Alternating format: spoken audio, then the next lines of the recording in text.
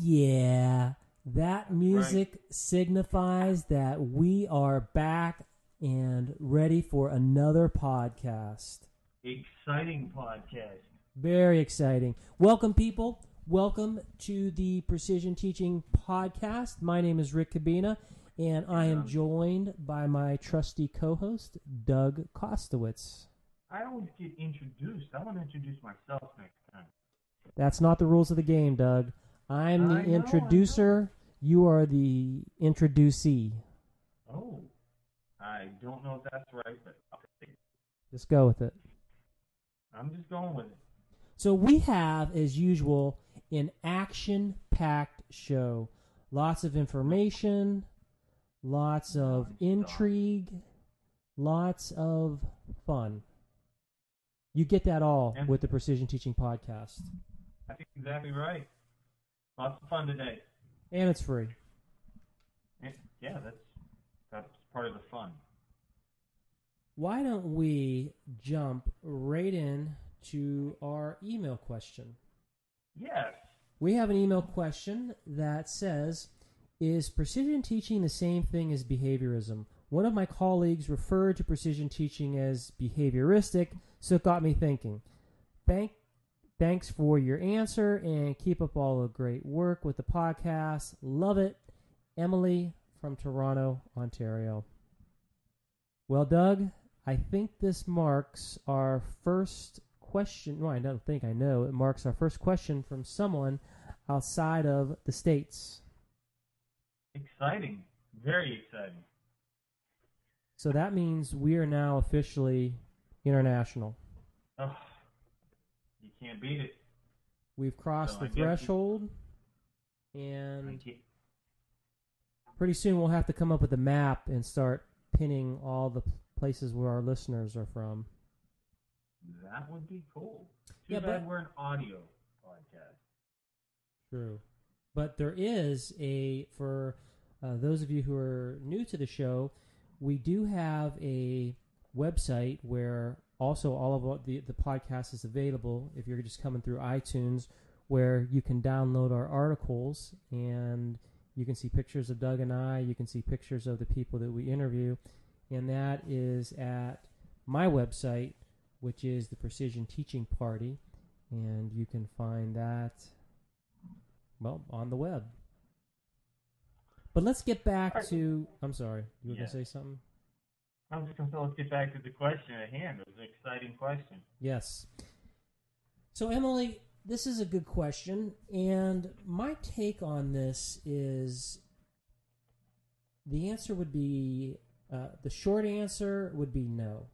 Because behaviorism is a philosophy of science. And there are different types of behaviorism. There is the early behaviorism, the SR behaviorism, the Watsonian behaviorism, so to speak, that came out in the early part of the 1900s, 1910, 20, 30s, around there. And then there's other varieties of behaviorism. There's methodological behaviorism. There's radical behaviorism. There's even more varieties than that when you get into it. There's probably 7 or 8 different conceptual behaviorism, teleological behaviorism, and it goes on and on. So behaviorism is a broad term, and it deals with the science of behavior, and it's the philosophy of the science of behavior. And there's a lot that goes with behaviorism. And I think where you were probably seeing the connection is the founder of precision teaching is Ogden Lindsley, who was Skinner's student. And there's behavioral things that are done in precision teaching. The 2 biggest discoveries, or I shouldn't say discoveries, that's the wrong way to say it. The 2 biggest pieces of precision teaching were directly taken from Skinner, which was Lindsley's insight, which was the standard acceleration chart, which was the cumulative record, and us using frequency, which Skinner called rate of response. But beyond that, precision teaching isn't like behavior analysis, where precision teaching is more of it started off as a measurement system, and I think it's safe to say it still is a measurement system, there's more to it than that. Now that people have been using it for quite some time, they've discovered things with it. But I would say that precision teaching is not the same thing as behaviorism. Doug, what are your thoughts? I think the links are close. I would agree that they're not the same thing. However, precision teaching can be joined as a display tool, as a practice procedure within behavior analytic techniques, but it's not relegated to behavior analytic techniques. It does. Many precision teachers are also behavior analysts, but you don't have to be a behavior analyst to be a precision teacher. Good, well said. Okay. Yeah, there are a number of people who are not behavior analysts. I don't know what the census is, but you meet those people and they can still apply precision teaching, and there are linkages, but as far as practicing our science, we don't have a particular orientation that you have to have this orientation to practice this science. So that was a good point, Doug. This is a really good question, and I got Doug and I both thinking about this. And if other our listeners are out there, we'd love to hear what your thoughts are on this. Send us an email, and we'd love to hear from you. Yes. So great question. Thank you, Emily. And I hope your weather up there changes nice like it's right here in Pennsylvania. We're actually getting some sunny weather now that spring is upon us. Okay. Science news. Yes, we need some kind of like trumpets or some kind of music. Is that trumpets? No, it wasn't trumpets. That was the kind of the news is coming up. Science news, you know. Okay. I want trumpets next time, Doug. Don't give me news. I want trumpets. I can't do trumpets. I can do the did-it, and that's about it. All right. Science news. We have an interesting bit of science news here. And there really is no, when we pick science news, we pick things that are interesting to us and things that may be relevant to those of you who are listening. And this is a piece of news on something that's called HIT, which stands for High Intensity Interval Training. And Doug, why don't you talk a little bit about this, since you have some background with high intensity interval training? I actually came across high intensity interval training about 5 years ago, I came across it about 4 years ago. It was an article that was sort of the seminal piece, pulling together some ideas in the Journal of Physiology. And the idea is that when people exercise to build endurance, often you spend a long time at slow speeds building endurance, such as a marathon runner is going to run slower than they would if they were sprinting, but they'll run over farther and farther distances. And so what this original study compared was, all right, we're going to take individuals on stationary bikes and give them sort of a pace they'll follow for long times or extended intervals, versus having them drive as fast as they can for very short bursts. And what they did was they measured some physiological measurements, such as skeletal muscle growth, different chemicals in the muscles, but things that are markers for building endurance. And what they found is that given very different workloads, you spend a lot more time working in the endurance aspect than you do in the sprinting. They were seeing these similar endurance markers in the muscles and these physiological markers. And this most current study is suggesting, and I'll quote this, doing 10 one-minute sprints on a stationary bicycle. Now, they've slowed it down, so they're not sprinting all out. They're sprinting about 95% of a sprint. So fold out just a little bit below that. 10 1-minute sprints 3 times a week works better than many hours of conventional long-term biking less strenuously. So doing 30 minutes of quick sprints is better than driving on and on. Yeah, I don't know that it's necessarily better.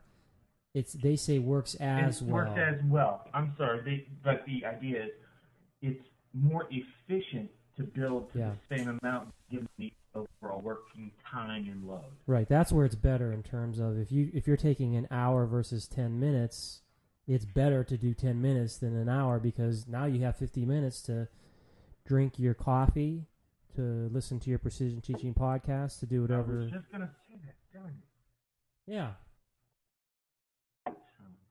So this research it's a line of research, and if you look at it, that article that you talked about, that the '06 article, is talking about these short bursts of intense exercise and how they're equivalent to longer durations of exercise. And this finding it's very significant in terms of that. If you look at society, as humans, we have evolved to be active. And there's so much research out there that shows the positive benefits of being active. So you can look at people who are older adults, much older adults, senior citizens, and you can look at the prototypical couch potato and someone who's active. So they'll actually take couch potatoes and they'll give some of those people moderate exercise, and then others they don't, and then they'll measure them for cognitive tasks, for all these other physiological tasks, and there's benefits. And that's just part of who we are as a species. And being healthy requires us to be physically active. And this line of research is very encouraging because it shows that short bursts are efficient, and they also can give you the same benefits of more conventional long-term exercising. Now, Doug, this is one of the reasons why I think both of us are interested in this is because you have done a study and you've adopted this in terms of education. So how did you take this idea and change it and use it to help people with reading? Well, actually, I don't want to take full credit. I think it's something that we kind of fleshed out together. But the idea of rather than looking at reading, for example, and it's actually been done with math too, but reading, taking a passage, and then instead of practicing for a full minute, reading from the beginning to the end and practicing that over and over again, testing on that, what I did was take short bursts. The first time, 10 seconds here, 10 seconds there, then moved into the passage. Some did some sprints in the middle, did some sprints in the next part, and so on and so forth. So it added up to the same amount of reading time as if I would have done 2 1-minute reads through, compared those two. And then I also done one where I've done 15-second sprints and compared that to another more traditional sort of repeated reading method. So I came up with something, or we came up with something called interval sprinting, very similar to the short bursts versus the overall practice. And what we found was in both cases, students showed endurance by being able to read as well, in some cases better, under this interval sprinting condition than with traditional endurance. But it was that same kind of finding. They did the same, but they were instead. But now, interesting, the most recent research I've done, just finishing up this study, they showed better retention under the interval sprinting condition than they did under more traditional endurance, the longer 1-minute reads through the passage. So I thought there may be some other effects of that interval sprinting, but that's the kind of the way we took a look at it. We said, all right, let's sprint throughout the passage and see how they do then on an endurance task, reading for a full minute. So what's interesting about this is Physiologically, the research is showing that this type of high-intensity interval training is good, and we're finding a corollary to this also with academics, that high bursts of practice has very salutary benefits. And let me just also add in, I think we were more or less building on what's already in the literature. I know that Binder has written about sprints in endurance, and there's been sprinting in the precision teaching literature. But the slight change that we added was, rather than sprinting from one point and then slowly building to endurance, we sprinted across different parts of the passage and then came back and read. So they never actually read for a minute in practice. They only tested on a minute. So that was, in the past, sprints had been used in PT literature to build high rates. Some of the kids that I worked with would quickly get up to over 300 words per minute rate in that sprint, and then would get up to the 200 in the 200 with two or less errors in the 1 minute reading. So So we didn't invent sprints, but the add that we've made to the literature as it's moved is just by moving those sprints throughout and then never lengthening the interval. Mm-hmm. And I think it's fair to say, too, that in precision teaching, some people, when they talk about sprints, they're just talking about doing a 1 minute trial. I've seen that before. So a 1 minute timing to some people is a sprint. And even outside of precision teaching, I have seen people refer to, okay, if you have a practice interval that's sprinting, and I guess you would compare that to no practice, or you're just doing something where you're not timing it and you don't care how fast the person goes. So this is an intriguing line of research, and I am encouraged that we're at the beginning phase of possibly some very powerful discoveries that can help people. But the bottom line is as far as this article is concerned, if you want to get some good benefits and you don't have a lot of time, consider high-intensity interval training. Yes. I know you're doing that, right, Doug? More like,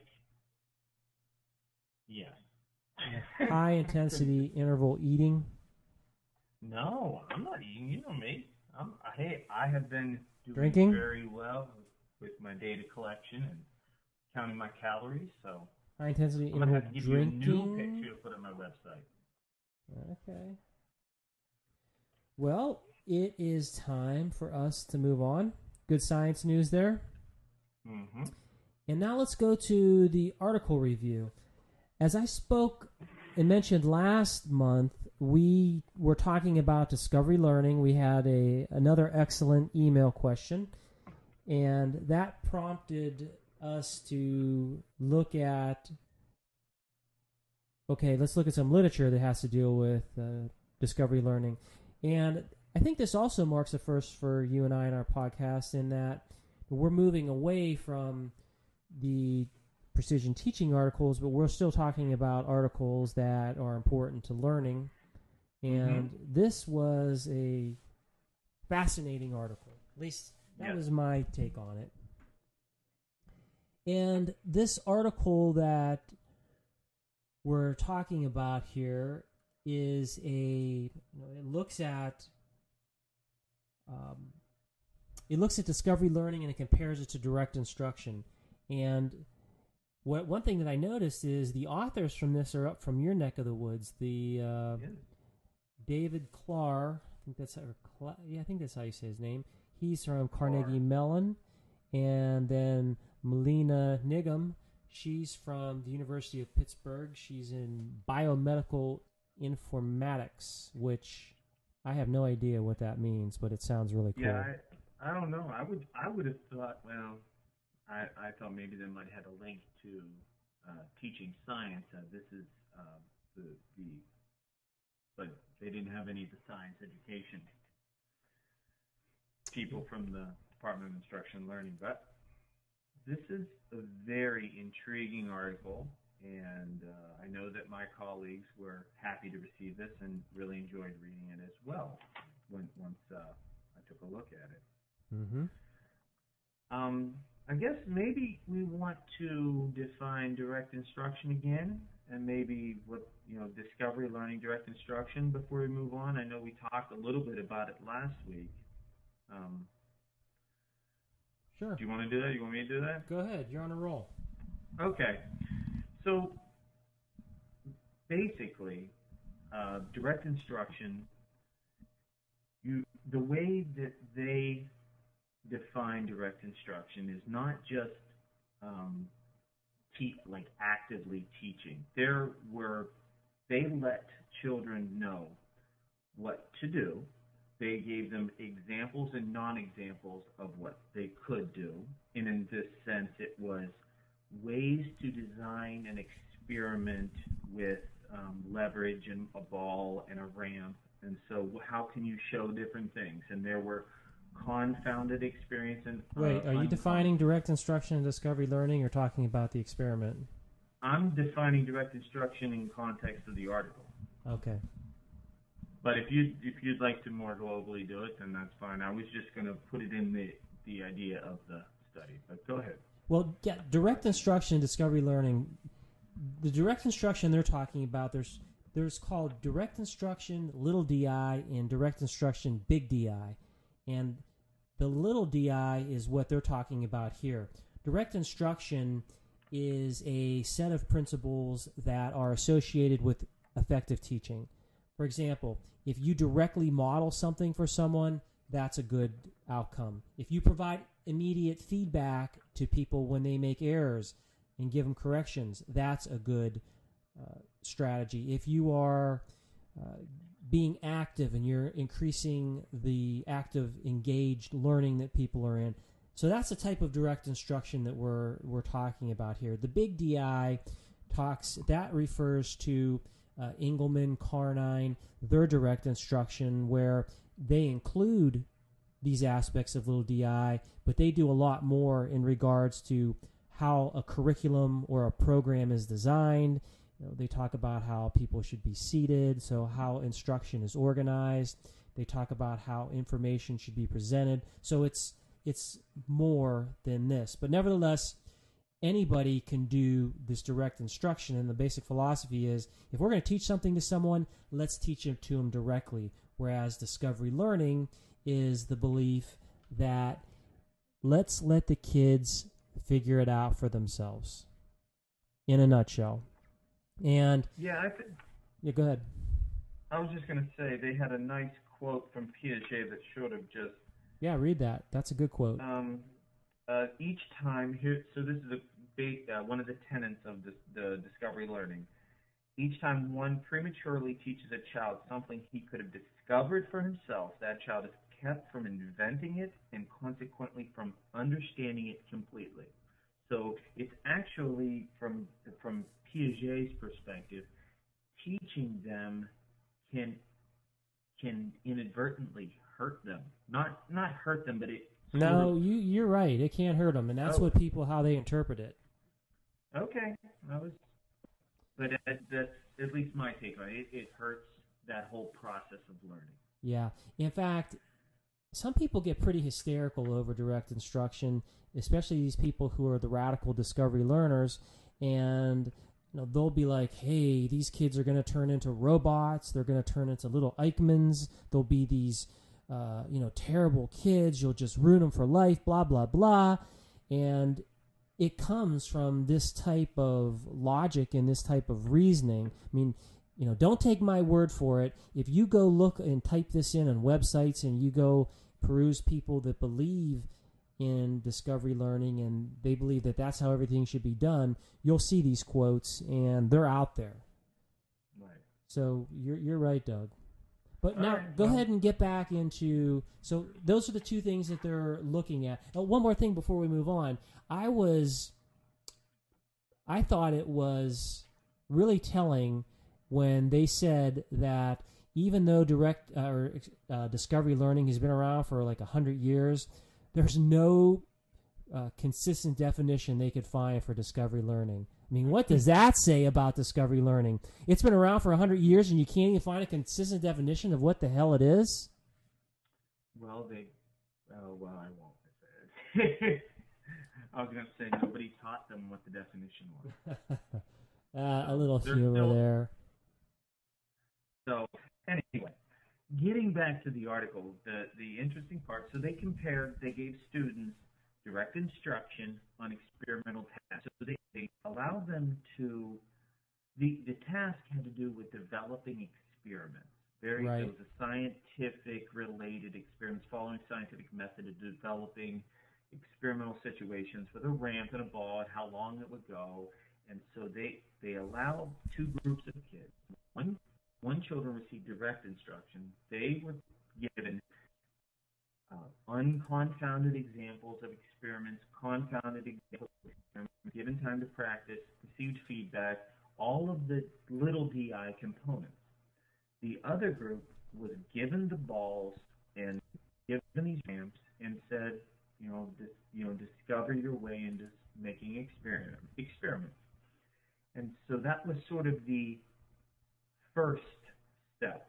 And then, so as a little bit of an application step, they were asked to develop posters and then critique those posters. So students would then critique posters either coming from the direct instruction group or the discovery learning group. Right, and to take a step back before you go any further, what they were trying to teach is something called control of variables strategy, which is abbreviated as CVS. And this is really important when you look at science objectives for kids in elementary schools. And the CVS, or the control of variables strategy, is a way to help kids in science when they're creating experiments to start thinking about this control very specifically. So what they would do is they would set up this condition, as Doug was talking about, so there's only one change being made so they can figure out, what effect does this have. So if you have for example, Doug was talking about in this study, what they were doing is they have a ball that goes down a ramp. If you look at its run and you just compare its steepness, so once it's steep and once it's not steep, that's looking at just this change in this variable and looking what effect that it has. So, carry on, Doug. Okay. So then they looked at the CVS, at the control variable strategy, at creating experiments. Then they looked at an application task of evaluating what? Or transfer. I mean, they use the word transfer, but application, transfer, however you want to say it. A transfer task of evaluating other people's studies based on posters. And what they found was children who received direct instruction created more correct experiments under the direct instruction task than they did under the discovery learning task. And the kids that had direct instruction performed as well as the kids that were able to succeed under the discovery learning in the transfer task. So many more kids were able to do under direct instruction than discovery learning. However, there were children who succeeded under the discovery learning and were able to transfer it. But they found they captured more correct experiments under discovery learning, and they performed as well as kids with discovery learning. So getting back to the notion that you're harming them by teaching them, that wasn't shown by these hypotheses and tests that they ran. Yeah, that's a pretty big point, because people who are advocates of discovery learning are like, oh, if you do direct instruction, that's not the way to do it. That is it's harmful, and that's not the way kids learn. And guess what? That's not what the experimental data showed here. Yep. It was very clear that if you wanted to, but think about that. if you logically were talking to someone who's not in the field and you said to them, hey, I have an experiment for you. We're going to look at kids who can figure things out and see how well they do versus kids who, well, we're going to give them some guidance and show them directly, what they need to know. Which group do you think is going to learn better? And my grandma can figure that one out. Yeah. So that was a pretty big finding. But the other finding, which was that you were mentioning, is that more people, when they're taught under direct instruction, a significant portion of people learn this better than if you just give them discovery learning. So you can't, it's not like, go ahead. I was just going to say, they worded it so very well, just even in the abstract, that one of the findings was that many children who learned about experimental design from direct instruction performed as well as those few children that discovered the method on their own. So it's not that kids weren't learning under discovery learning, it was that the many children who did that performed just as well. But they might not have captured those other children if they wouldn't have provided the instruction directly. Right. And if you are a person that's concerned with teaching the majority of kids, then when you look at studies like this, you ask yourself, do I want to use something where 75% of the kids get it, or do I want to use something where only 25% of the kids get it? You do the math and you figure out the answer. I think if you're like me, you're going to want to use something where the majority of kids are learning. And this study very clearly demonstrates that if we want, it shows the benefits of directly teaching things to kids. Yeah. And I think that's the main finding is it just shows the benefits and that it doesn't have that detrimental effect. Right. And they talked about the article's called The Equivalence of Learning Paths in Early Science. So the idea is if you get, what path do you take to mastery?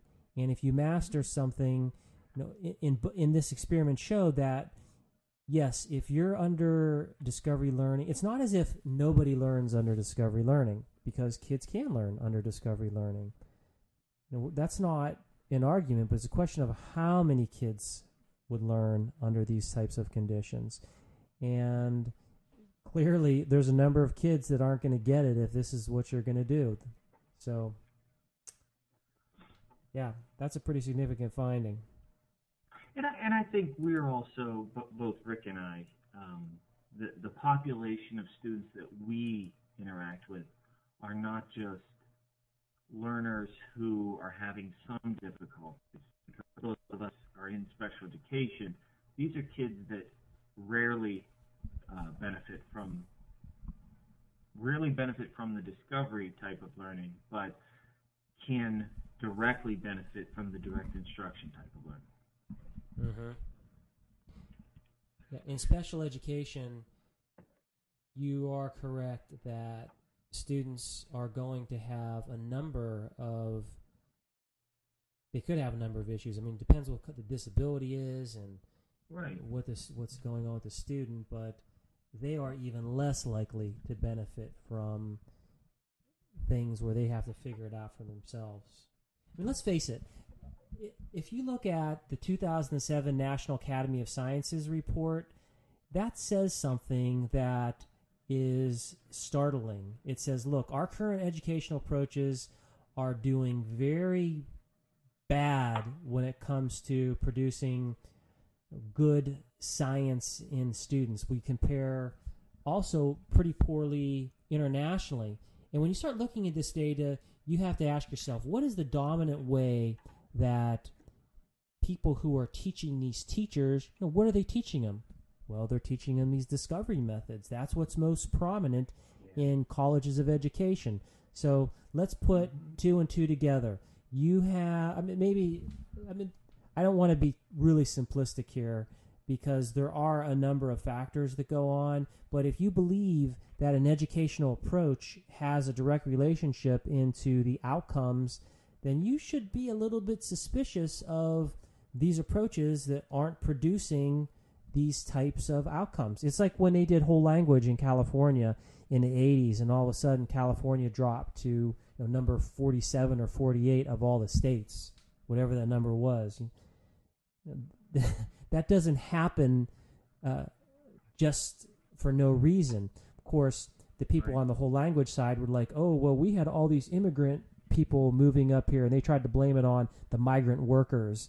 But, that didn't go very far. It was pretty clear that when they adopted, the majority of them adopted a particular type of reading strategy, and then their scores plummeted in the subsequent years. That's a pretty direct relationship, and it's the same thing here. So this article does a very good job of presenting evidence. You can read it, you can look at it, make your own discussions. There's a line of research that this isn't the first type of article that looks at like this with science, but it will explain discovery learning, talk about the direct instruction, and feel free to go to the website, download this, and read it for yourself. Do you have any other comments about this, Doug? No, I think we covered it.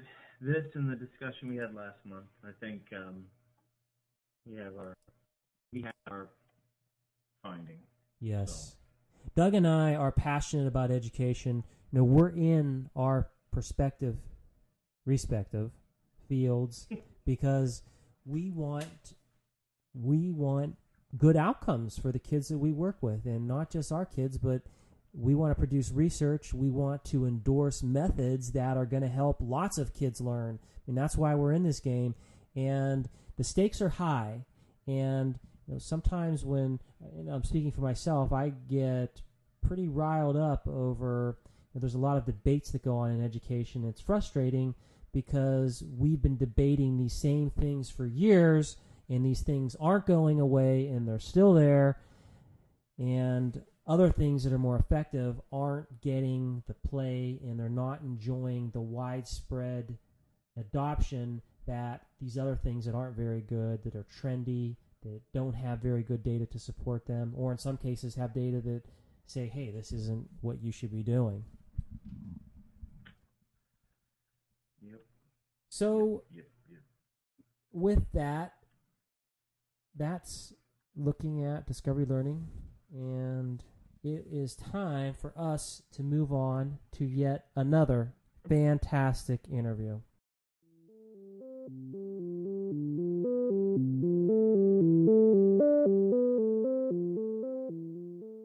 I would like to welcome Dr. Kent Johnson to the Precision Teaching Podcast.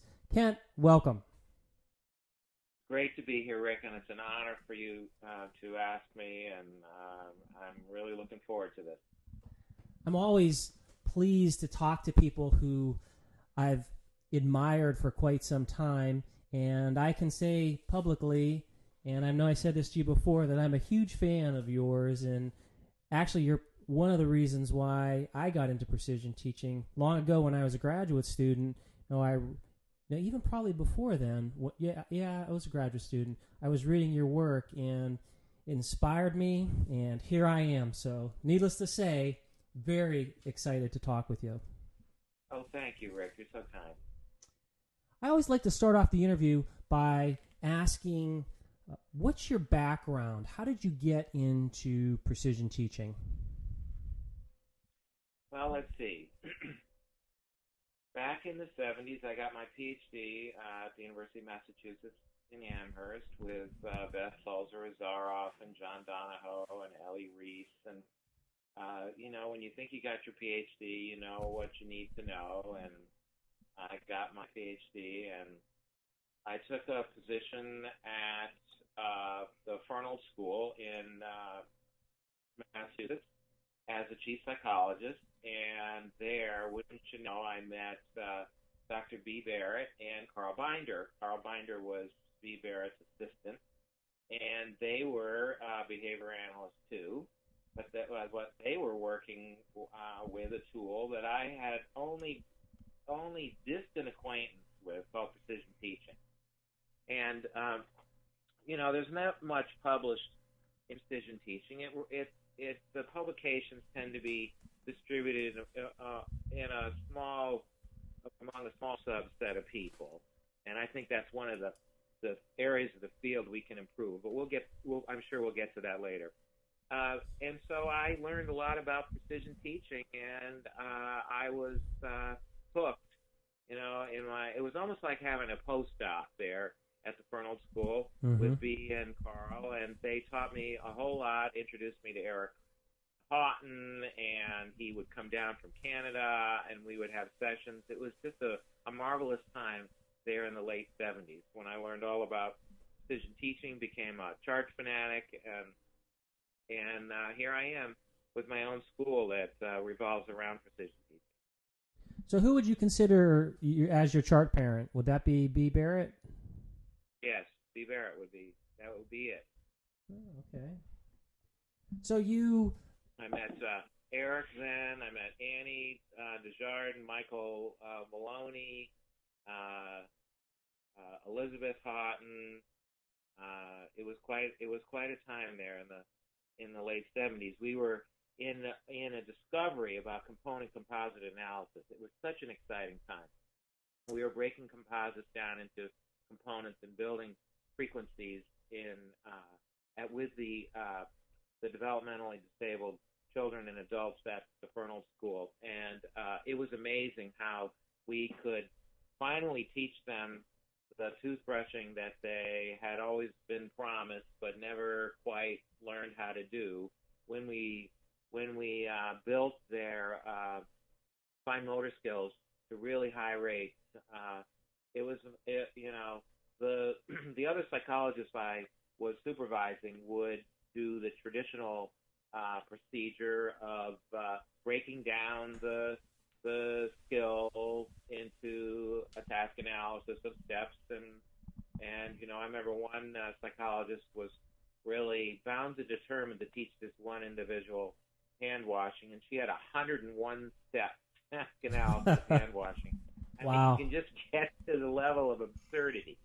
And so we took a different tack then. We built fine motor skills like reach point touch, grass place release, push pull twist, tap squeeze shake. We built these to well over 100 responses a minute, and with those repertoires, the people at the school were able to learn all kinds of skills that had been outside of their grasp. So it was a really exciting time to look at how generative component teaching can be when done in a certain manner, and how chaining and task analysis have their benefits, obviously, but at some point you need to have a different tool besides task analysis and chaining to do your work. So it was like having a toolbox with an additional set of tools in them, so you can't use a hammer for everything. It's more than just a hammer and a screwdriver that you need. You need a few other tools like a wrench and so forth. And so with a fuller toolbox, we were able to accomplish so much more. And that's what really turned me on to precision teaching. That is, listening to you speak, that really is an all-star cast. I mean, I think about, when certain times, like when Skinner was out in Arizona and Jack Michael was there and all these other people, and then, that would be that akin to that. I mean, everyone that you mentioned are, have just done so much for the field. But getting back to what you were saying, I'm curious so the component composite, it's one thing, but doing the big 6+6, some people I've heard call it the big 5 and 4 when it's been tweaked a little bit. Who actually came up with that? I'm just curious how that came to be. Eric and his students in Belleville, Ontario, at the at the little community college there. I can't remember the name of the college right now, but they worked on it. Mary Kovacs and Anne Desjardins and Eric, and probably others of his students who I'm leaving out, came up with this analysis, this component composite analysis of fine motor skills. They also had a gross motor skill analysis. Mm-hmm. I know that there was a boy that Eric was the psychologist with, Terry Harris, who worked with Eric and Elizabeth, and I know that was an impetus for developing some of these fine grade analyses and building to high rates. The boy was severely cerebrally palsy, and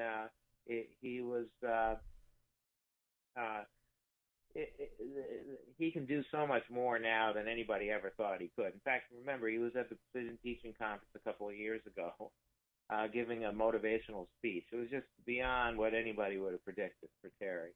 I know Terry had a lot of the inspiration for developing the. It's always great to. That's one thing about precision teaching, that a lot of the innovation is personal and client based. You go to the end to help a learner, and it's amazing what you can discover in that process, in that clinical process. Mm-hmm. So you were at the Fernald School, is that how you say it? Right. And you were there for a while. Then you leave, and is that when you moved to Seattle and start Morningside Academy? Right. So Morningside was always in the background for me. When I was 9 years old, I had Morningside Academy. It wasn't Academy then. Morningside was the name of the neighborhood I grew up in Milford, Connecticut.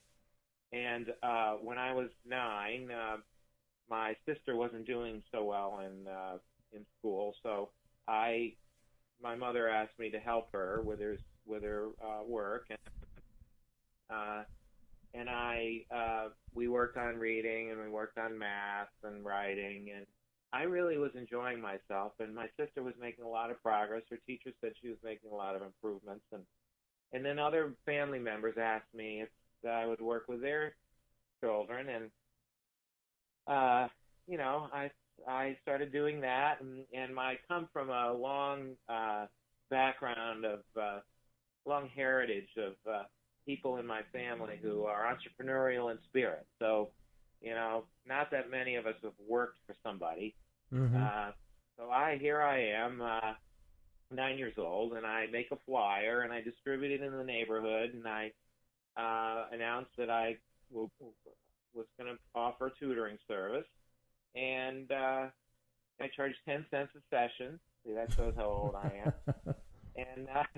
And I had, by the time I was 12, I had on a regularly had 40 kids that I was working with. So that were, and I would work with more than one at a certain point, and I would group them, homogeneously group them. I'm like, you guys need long division, so you sit over here, and you guys need to learn how to rhyme, so you guys sit over here. And so I did this very primitive, childlike version of what I do right now. So I was very fortunate to know what I wanted to do since I was a kid, and I do just a more sophisticated version now, I think. But so that's how I decided what I wanted to be when I grow up, and when I finished graduate school, I was bound to head somewhere and start a school. I kept the name Morningside, named after my neighborhood, and Seattle called me, and here I am. 30 years later, it's our 30th anniversary of Morningside. Wow. We're having our big gala event. This Friday is our big gala event, 30 years. I did see that. What's your event? Is it a black tie affair? Well, you know me well enough to know I'm not a black tie kind of guy. So sandals and T-shirts. Yeah, it'll be an auction. It'll be a fundraiser for the school as well as and we have this. We have the newscaster, one of the more notable news broadcasters, as our auctioneer, and we've got all kinds of stuff. I can barely get in my office. All kinds of stuff that parents have collected from people in stores and such, ready to auction off for the event. So that's happening this Friday night. So we'll have a good time. That sounds great. Too bad I wasn't a little closer to you, because I would like to attend that. Yeah. Too bad, Rick. But you're all the way out there in Pennsylvania. Yeah, this year I know that the Precision Teaching Conference will be in Seattle, and that's right. So there'll be an opportunity to come and visit. Yes. Are you going to make a trek out here? It'll be hard to not to. I'm just trying to figure out how to do it. There's just yeah, get on a train. Yeah. I took a train ride from Chicago to and back to Seattle to ABBA 2 years ago, and that was so much fun. I really enjoyed it. Anyway, I hope you can make it. Yeah, thank you. So let's see, where was I? Speaking of Morningside, you've been around for 30 years, and a lot of our listeners are going to be familiar with Morningside, but some of our new listeners might not. Maybe just give us a snapshot of what does Morningside do, what's involved with it.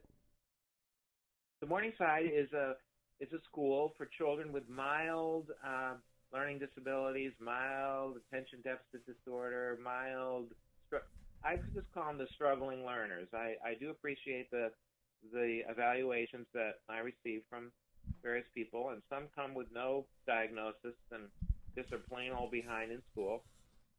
And we guarantee that the students will make 2 years growth in the skill graded deficit per year, or their money back. And we've only given back about 0.5% of money over 30 years.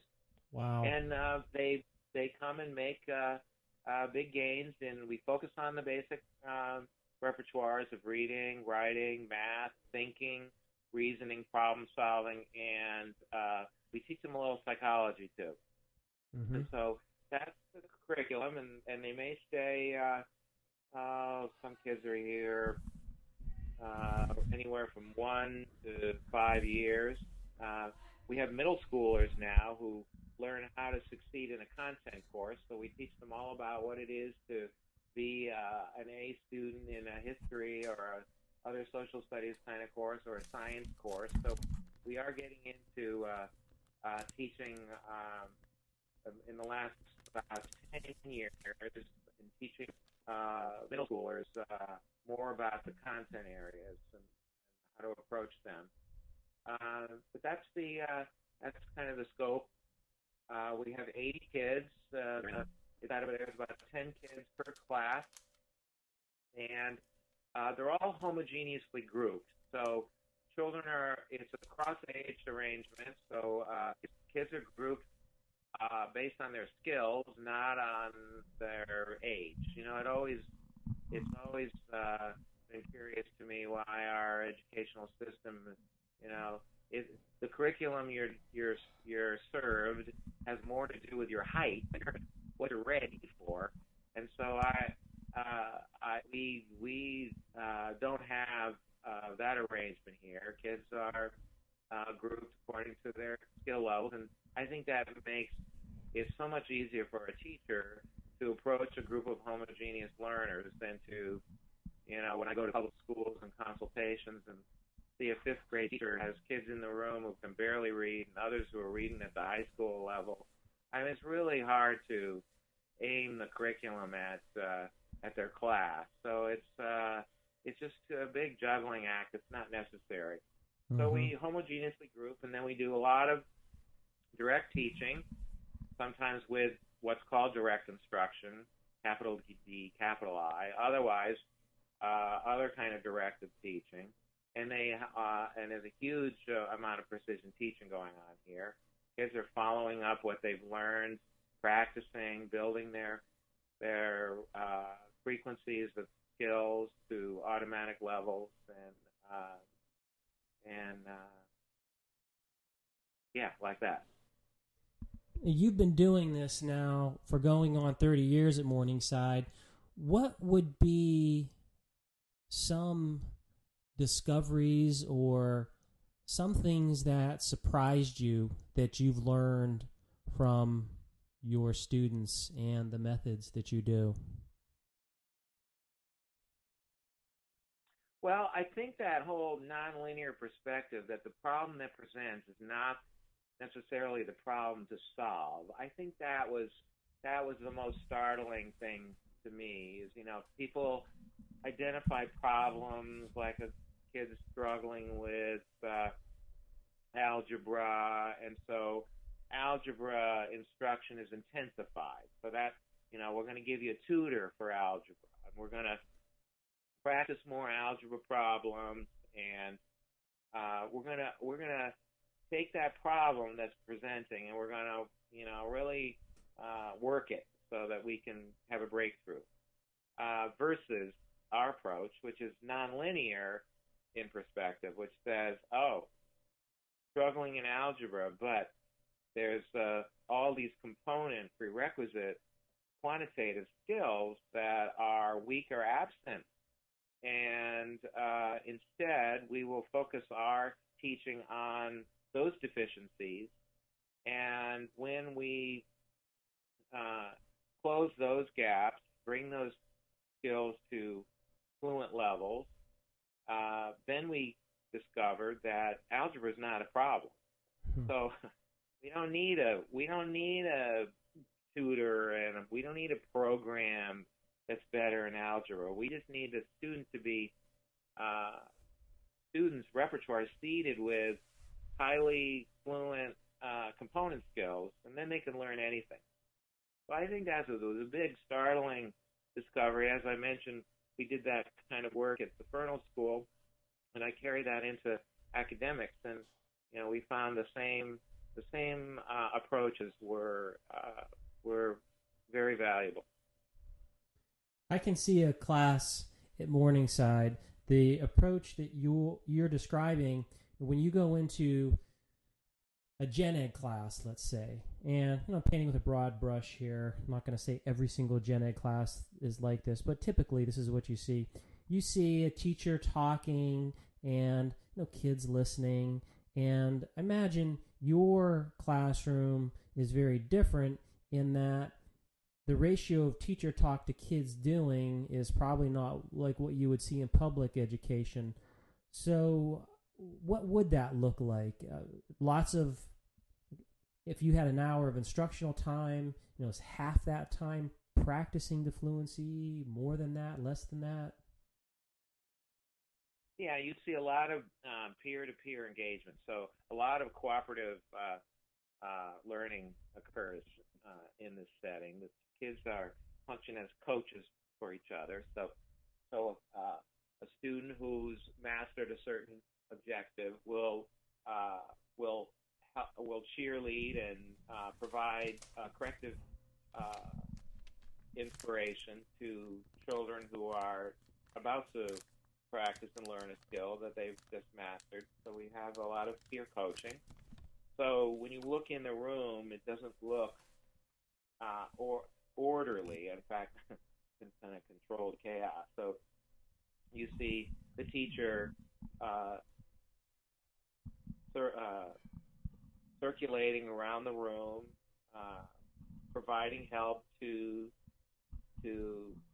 dyads, pairs of kids, as they work. Sometime in the hour, you will see the teacher present new lessons to the learners. They're all same level, but all the same thing.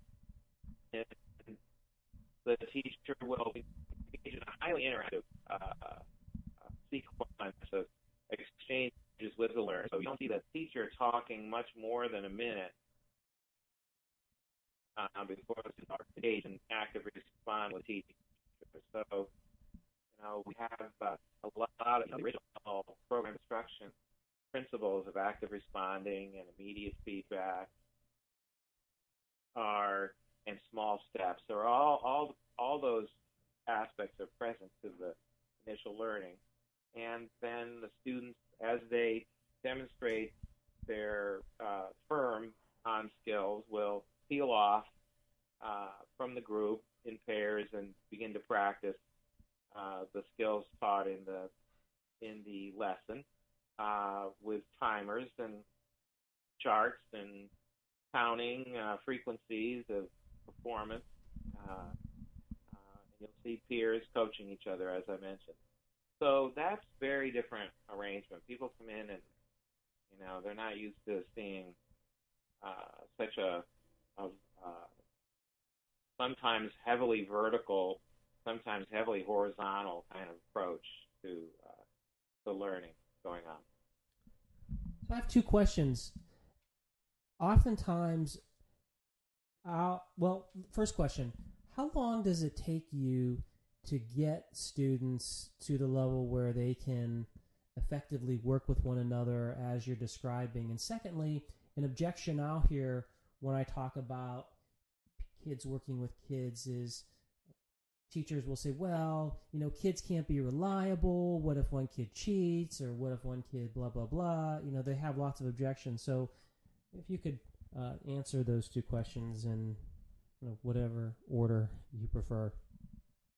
Well, you have to do an analysis of, a component composite analysis was the first thing always. And so you have to do one with what is peer coaching, and if you just pair people up and expect magic, you're not going to get it. And I rarely see in classrooms outside of Morningside, I rarely see kids actually taught the skill sets that that make someone an effective coach.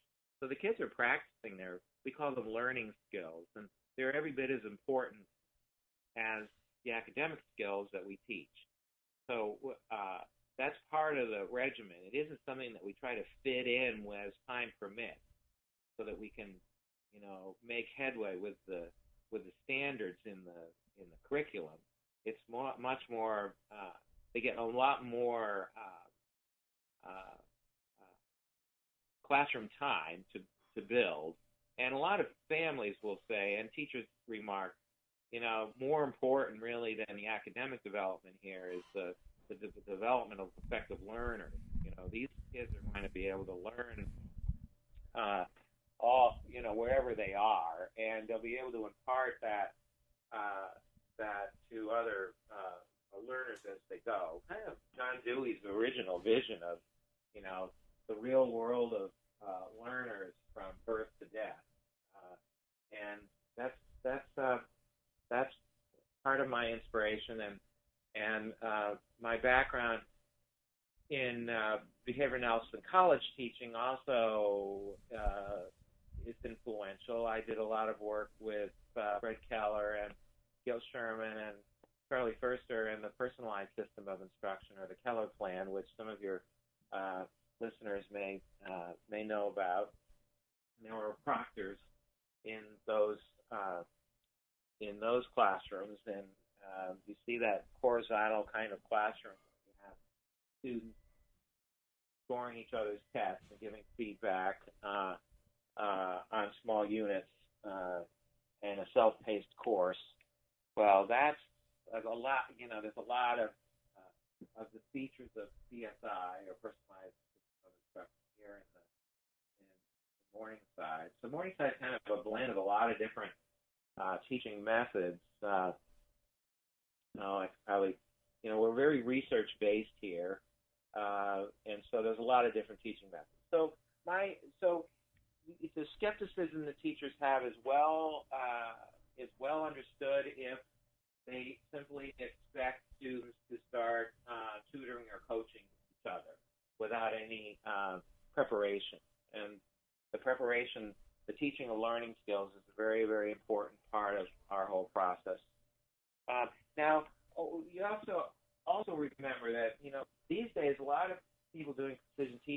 working with children on the autism spectrum who have a lot of social development that they need to get under their belts before they do academics. So, we don't have ASD kids here.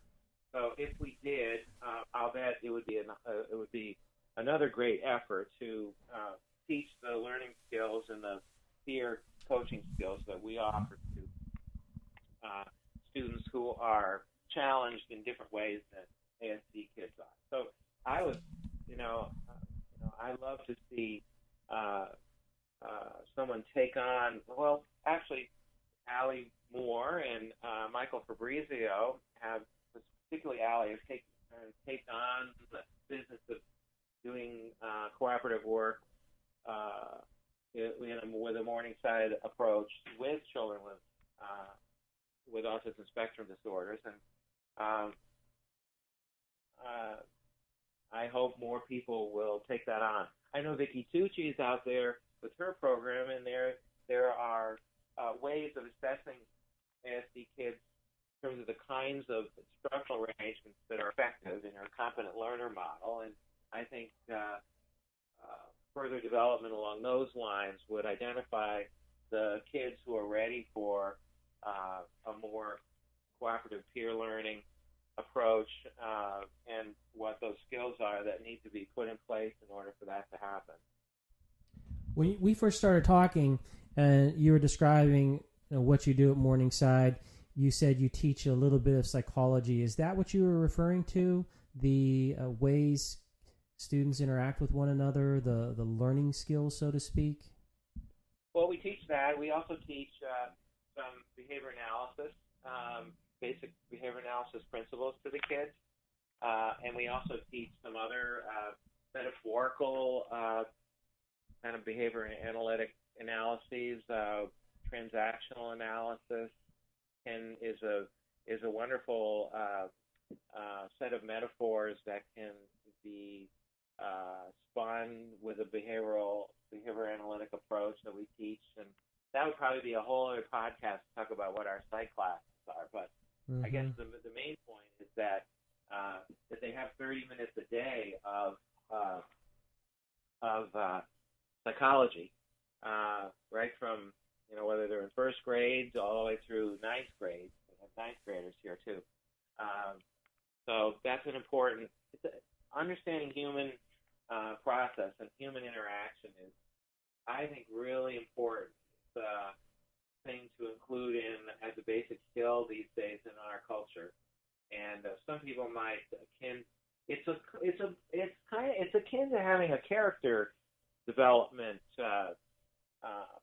component to the curriculum.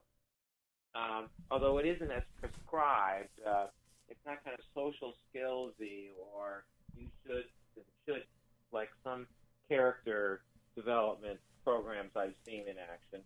But it's kind of along those same lines of just what works when you interact with each other and what doesn't work, and how you can anticipate what's not working and figure out why you're not getting along with somebody and what you can do differently and how you negotiate with people. I think these are important parts of the educational process. Oh, yes. So we could call those social skills, right? We could. I stay away from that word because we're not as prescribed. It isn't like now you're going to learn how to greet somebody, and you look in their eye, you shake their hand. Right. It isn't as it's not prescribed like that. So that's what social skills usually conjures up for people. So I tend to stay away from it like that. It's much more analytical, conceptual. What we do in teaching, it isn't like a how-to digest of steps to be socially skilled, if you will. So I hope you can appreciate that distinction I'm making here. I can. I laughed a little bit because when I taught social skills, that's exactly how I did it. I used the book from Boys Town, and they have an excellent curriculum. They look at social skills and they group it in these are beginning social skills, these are intermediate, these are advanced, but they break down all the social skills. And of course, it's like you described. Like, if I can still remember teaching kids how to follow instruction. Look at the person, say okay, ask if if you did it all right, and then do your work. And I mean, it really is like that. But so I'm trying to wrap my head around. I'm sorry. I'm trying to wrap my head. That's not what we do. Okay. We got a little delay going on, so that happens. Okay, that's all right. How do you... Yeah, let me ask, can you measure that, and would that be something you would chart, and would there be an aim, or is that more something that you just teach kids, and if they acquire it? I'm just trying to think how... So they learn to diagram their exchanges. So we have a diagramming process, and they learn to identify 9 different ways they've approached someone and 9 different ways that person has approached them back. So they kind of do like a chain, an interactive chain diagrams of this was the first exchange, then here's the next one we had, the next one, and the next one. And we'll do role playing around those. Here's how this could play out. Here's another way the same exchange could play out. Here's another way. Here's how people play games. Here's how people get into their rackets. Here's how it could be played differently. Those books that you read where there's a certain amount of the action, and then the child can pick the different ways it could progress from there. Yes. Well, it's a lot like that, and it's a lot of chain diagramming, interactive exchange diagramming, and but there isn't any frequency building in per se, so it isn't a chart skill. I'm not one who believes that everything is automatically on a chart. I could chart all of it, but I don't have any particular goals around changing the frequency of anything particular in a certain exchange. So we haven't used the chart for that, but there is diagramming, and there is coaching and role playing and discussion, lots of discussion about different ways that things could turn. So how would you... The data would be more subjective, that if you diagram something and you put someone in a situation and they can handle that differently and more productively, then that would be a determination that this person has learned this particular social behavior. Right. Okay. Right. So there's things that we could count. If we have problems that we do count things related to problem behavior, but we see those counts drop off. Then we attribute that difference to what they're learning in their psych class. It's it's definitely mushier. It's not like math facts or or words read on the board or anything like that. But it's an amount of intervention that works for the struggling learner who's kind of mild, the kind of kids we have here. Whether this would be sufficient for children who have more intense social problems, I couldn't say. So, the transferability of this, I would imagine that this would work really well in general ed programs, and I would imagine it would work really well in these kind of super mild special ed programs like I'm talking about for Morningside. And then it's really an empirical matter about whether they're working in other situations. Because we do have kids who have some interpersonal skill difficulties that become their learning guarantee when they first join us.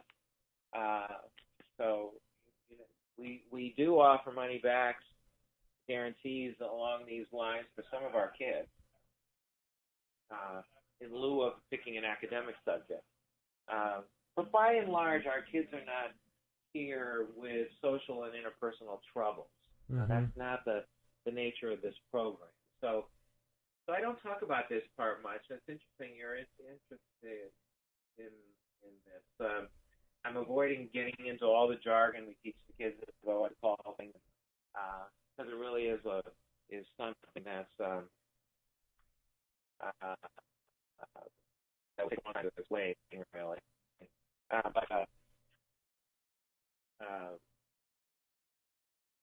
But so the level of intervention that we have here is sufficient for us to make 2-year gains in academics and teach kids how to engage in these learning skills, that allow them to coach each other in the classroom and be cooperative in learning enterprise.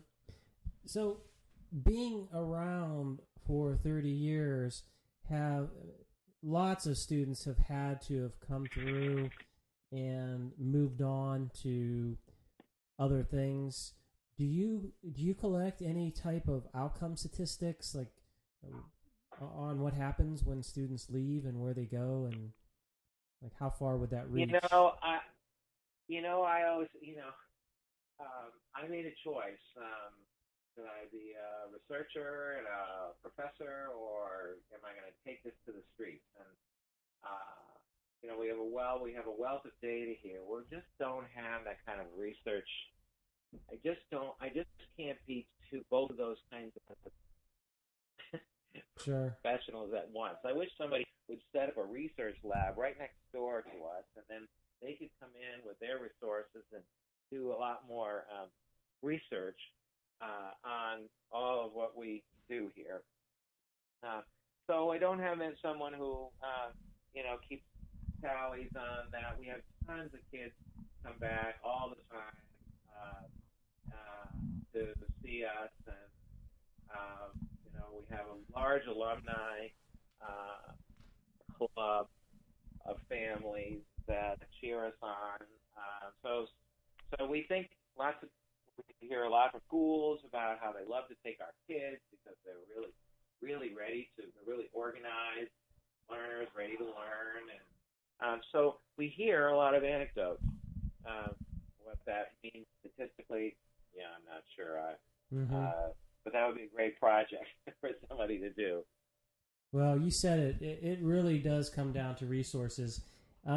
Looking at, my life, when I was a graduate student, I was thinking too, which route do I want to go? Do I want to hit the streets and be like you, or go into research? And ultimately that's the avenue that I took. But when you look at a grant and the money that it takes to ask these questions and allocating people, well, it's a lot of effort to really do things right. Oh, yeah.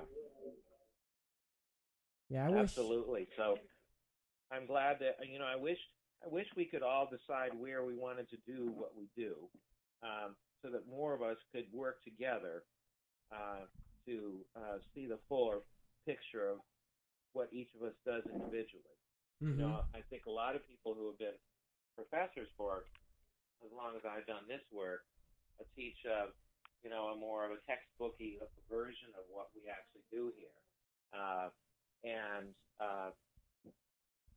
It's hard to teach the nuance of this work as it occurs here at the school every day to college students. And so we all have a part to play in this. Some of us are researchers like you. We all have a part to play, but we tend to play it in isolation from each other. It'd be great to somehow bring us together under some umbrella to make this all be a fuller experience. But I'm dreaming now, I guess. Well, I totally agree with you, and I know that you have been very generous in your efforts to try to do that as much as you can. I came out and attended one of your summer institutes, and I know lots of people who've done that, and that's just a wonderful way of being exposed to. It'd be great if I'd love to just do a sabbatical and be there for a year, but even just for a month and seeing how that is just a remarkable experience. Yeah, that's a good idea. Rick, take a sabbatical.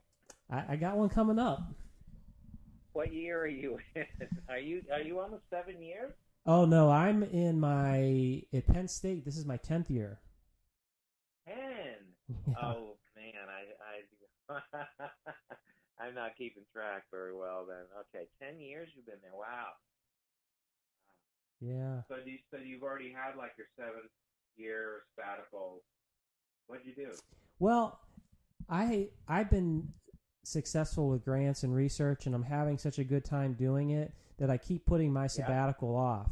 So I actually, Oh, I see. yeah, I haven't taken one yet, and some of my colleagues become indignant when I tell them that. They're like, "That's part of your job. You need to take a sabbatical." But when you're really enjoying what you're doing, taking a year off or even a semester off means that I don't know. It just hasn't worked out for me yet, but one of these days. Okay, what's coming up? Yeah. One of these days. Right. Now, speaking Right. of, So, no, go ahead. Go ahead. I was going to say, speaking of your institutes, are you still running those in the summer? Yeah, so this will be our 18th Summer Institute year. And we still have students who come every year. We give, let's see, last year there were 50 people who attended and 8 graduate students. And so we have a lot more payers around now than we used to, I think, when you were coming. I was, Sigrid Glenn and I were the two who cooked this vision up of the Summer Institute at Morningside. And at first it was all graduate students. I think we had 25 graduate students each year for the first several years.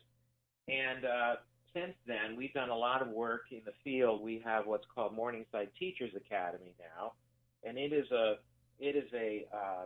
consulting team that travels to schools that contract with us for services for educational reform. We've worked with about 110 or so different public schools around the country, and we work with them for 3 to 5 years each, and we bring our methodologies and our model of instruction to these schools. And we work in general ed. We don't work in special ed in these schools.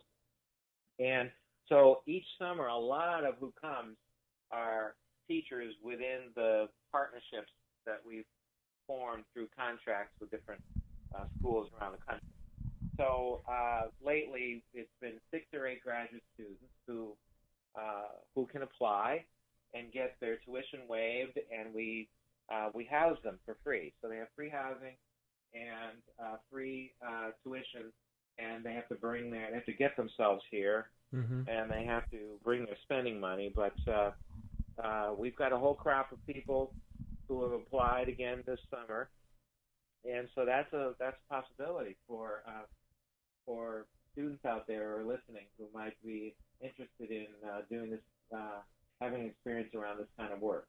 Mm-hmm. Well, I certainly know there's a few who I'm going to be talking to who I'm going to encourage, but I can't say one thing about the spending money. You really don't need too much of it because you're busy all the time doing work. Yeah. That's right. It's 40, 50 hours a week for 3 weeks. They're 3 weeks long now, and so there's a lot of work to do, but it's fun. It is. It's great, and it helps you build a foundation that you take for the rest of your life. I mean, I was first introduced to instructional design when I was there, and that's the one that I went through, and even to this day, I still will refer to that in the class that I teach, and if I'm doing research in the way I conceptualize things. So that's really stuck with me. Good to hear. Now, Kent, you've been doing you've had Morningside for 30 years. What's your vision for the future? Will Morningside, is it going to continue? Will it branch out? Will it, you'll continue to offer other services around Morningside? Where do you see it going? Well, I see the laboratory school, and that's what we call it because we investigate things, and there's so much data here. We call it a laboratory school. I'm always trying out new curricula that comes out available on the market, and if kids make more gains with that curricula than with what we're using gets the hook, and the new curricula comes in place. So it's a constantly evolving curricula, and that's the laboratory school. And then the partnerships with public schools, that just keeps increasing. In fact, we need more experienced consultants to work in our team.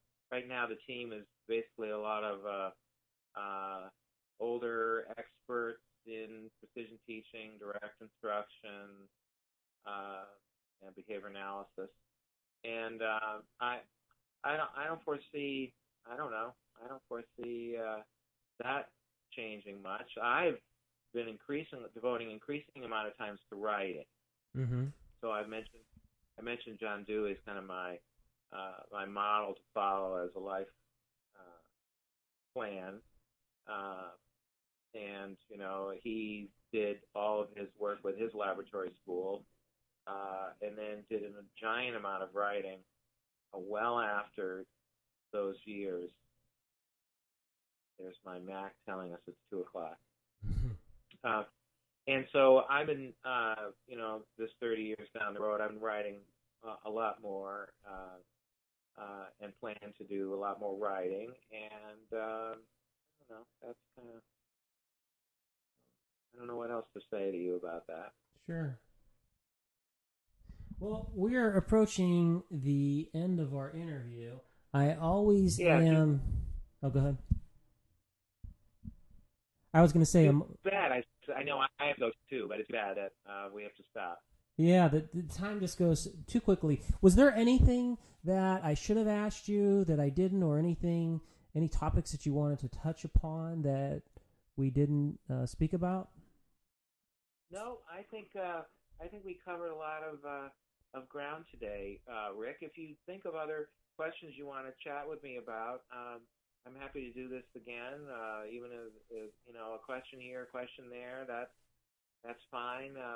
That way I get to talk with you. I don't talk with you enough, and I appreciate all of your questions and your giving me this opportunity to describe my program to your listeners. Really appreciate it. We'll definitely have to schedule another interview because there are so many other questions that I wanted to ask you. I mean, we did talk a lot about Morningside today, but in your career and the things that you've done, and even just listening to you talk and your ideas about, you're just such a wealth of information, and there'll be lots more for us to talk about. Yeah, sometime if you want to talk about fluency and acceleration research questions, that would be, that's one of my favorite topics. We can talk more about, how precision teaching fits with more contemporary teaching methods like project-based learning. We didn't really get into that. I mean, there's all kinds of topics to consider. So I've enjoyed my time, and I hope we do it again. Okay, well, thank you very much for spending your time with us, and on behalf of all of our listeners, I thank you for talking with us today. All right. So long, everybody. And we are back. Doug, that was yet another wonderful interview from a great precision teaching colleague. Yes. Fantabulous. I have to tell you, every time we do interviews, no matter who it's with, I always learn something new. And, of course, that's what's so fun about this podcast is talking to you, talking to our interviewers, always learning something new. Yes, that's why we're in education, right? That's right. Well, that brings us to the end of the podcast, and On behalf of Doug Kostowitz, I'm Rick Cabina, and thank you for joining us on the Precision Teaching Podcast.